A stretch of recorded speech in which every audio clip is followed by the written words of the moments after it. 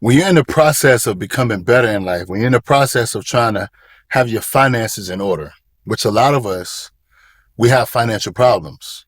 Some type of way, there is always an issue when it comes to money. Money isn't everything, but money solves your money problems. Making $100,000 after taxes. This is not about the money. It's more about the mentality. It would change your life if you have a process, if you have a structure. If you're always living below your means, some would say it doesn't matter how much money you make, you won't have as much money problems as someone who's always living at their means or above their means. You won't necessarily have to chase money because you won't have something you're trying to keep up with. You're in fear of getting behind when you're living right at your means or above your means. You always need that paycheck. You always need some type of income because you can't keep nothing as a insurance or to reinsure you that you can go a certain amount of time without working if an emergency happens. So it's not about actually making the money. It's the work involved. You can make $500,000 a year and find yourself with financial issues. If you want to be a doctor, if you want to make $1 million, if you want to make $1 billion, if you want to be rich, it all comes down to work ethic. I work 80 hours, sometimes 90 hours to make well over $100,000 after taxes. I'm making six figures after taxes.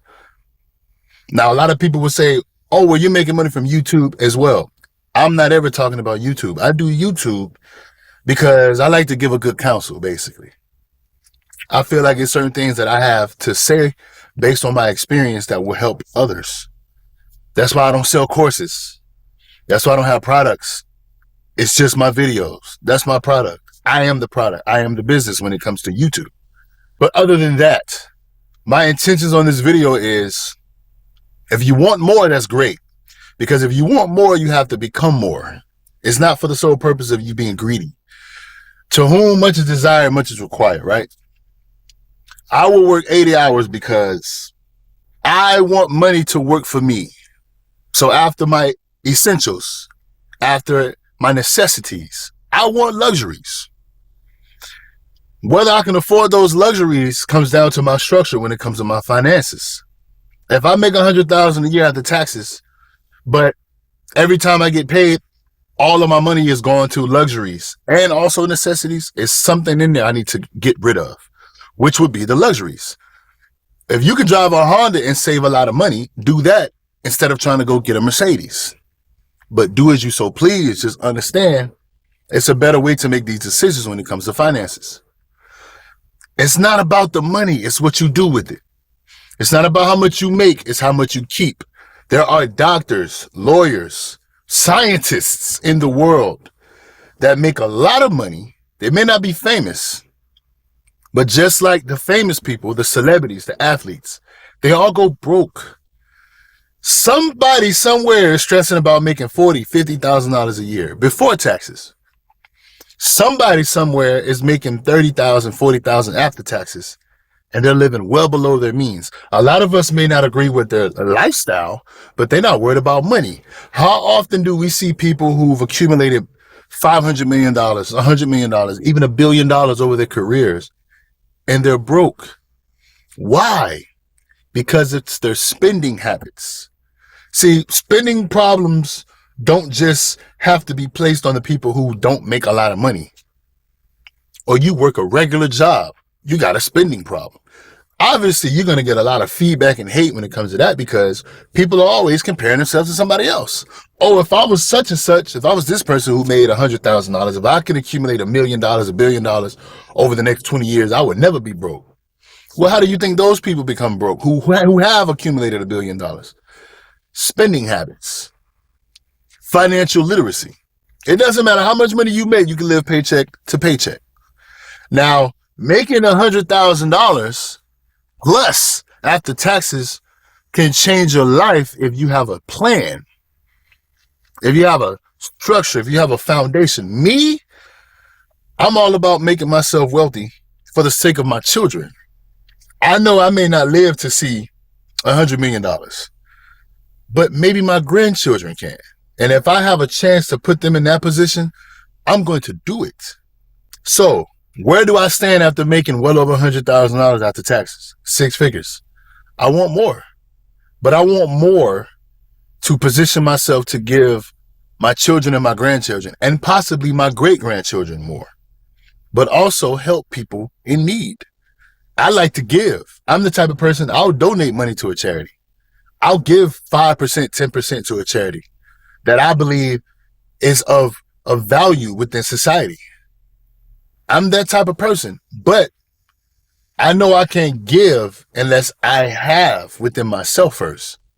So I want more money to not only have a lifestyle that I want, because you only live once, at least on earth. We're not talking about what we believe based on our spirituality and everything like that. But right now, everybody that's alive, we got one shot with the present moment, the life we're living right now.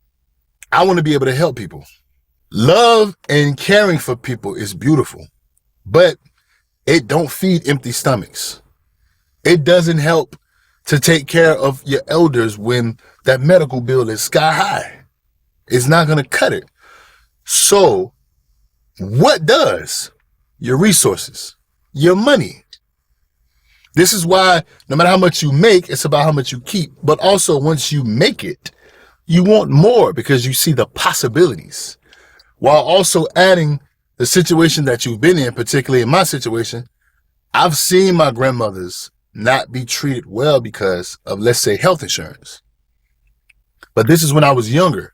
So that put a fire in my ass that one day I'm going to make sure I have enough money to be able to take care of me, my wife, my children, and others within my family and my wife's family. Because once you become of age, you can't really make money. This is why everybody needs to focus on money being put to make more money for them.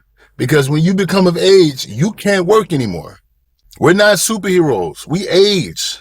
We don't walk around being able to do what we were doing in our 20s and 30s when we become 60 and 70 years old. Your time has come to an end as far as being able to put out that effort to yield those returns. But what doesn't get tired? Money. What can continue to work indefinitely? Money. What doesn't ask for a break? Money. Money will never leave you during your money problems. Money leaves you if you allow it to. That's based on our decisions. That's based on our structure.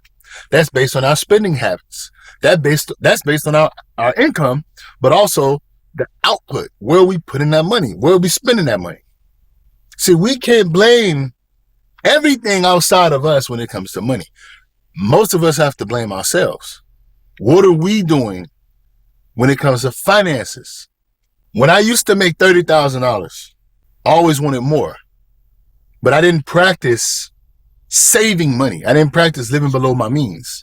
When I was living at home with my parents, with my father, when I went off on my own and got roommates, so our bills was not so high, I still wasn't saving money. I was doing what most 20-year-olds would do. I was having fun.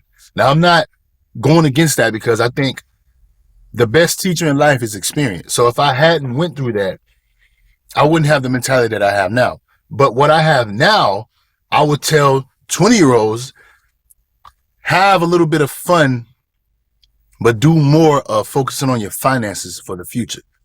Because your money can save you. People will say your money won't. It will. It has a better chance of saving you if you focus on that versus it not saving you if you just don't care. You see what I'm saying? You have to put time into focusing on what will benefit you later.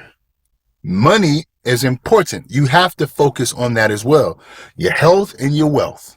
Your health and your wealth is a priority. We have to practice being involved with investing.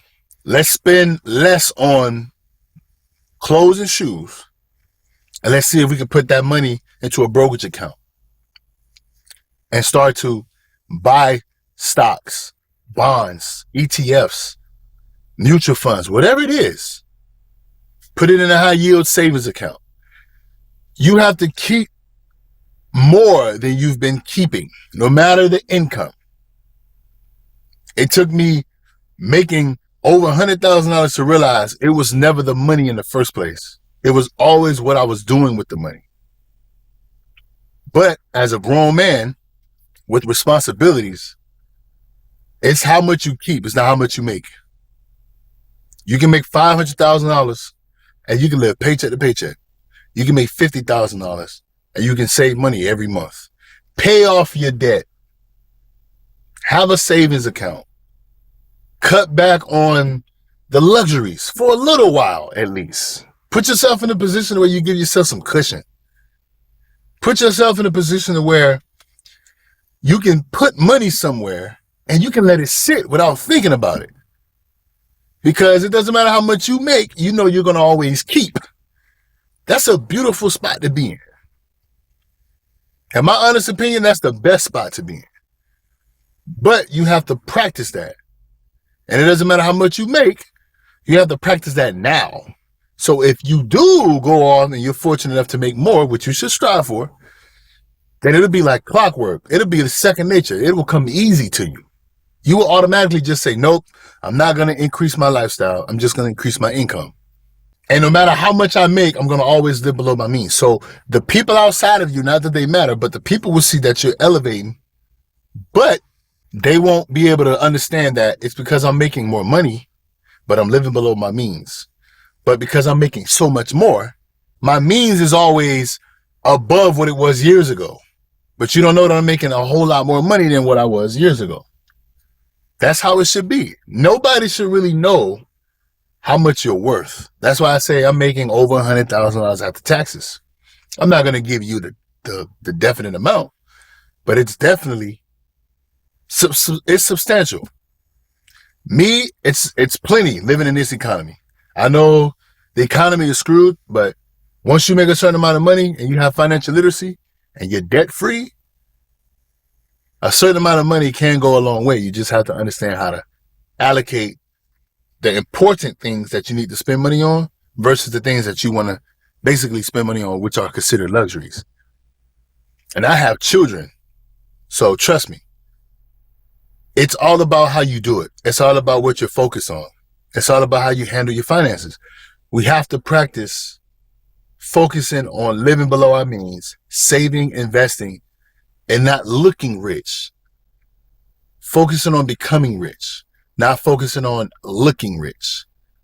Because everybody's perception is their reality. Somebody can see you as you're rich and you're not. Somebody can see you as you're broke and poor and you're not. But what do you know about you? What's your perception of you? But have some truth behind it. It's not always the income. It's what we're doing with our income.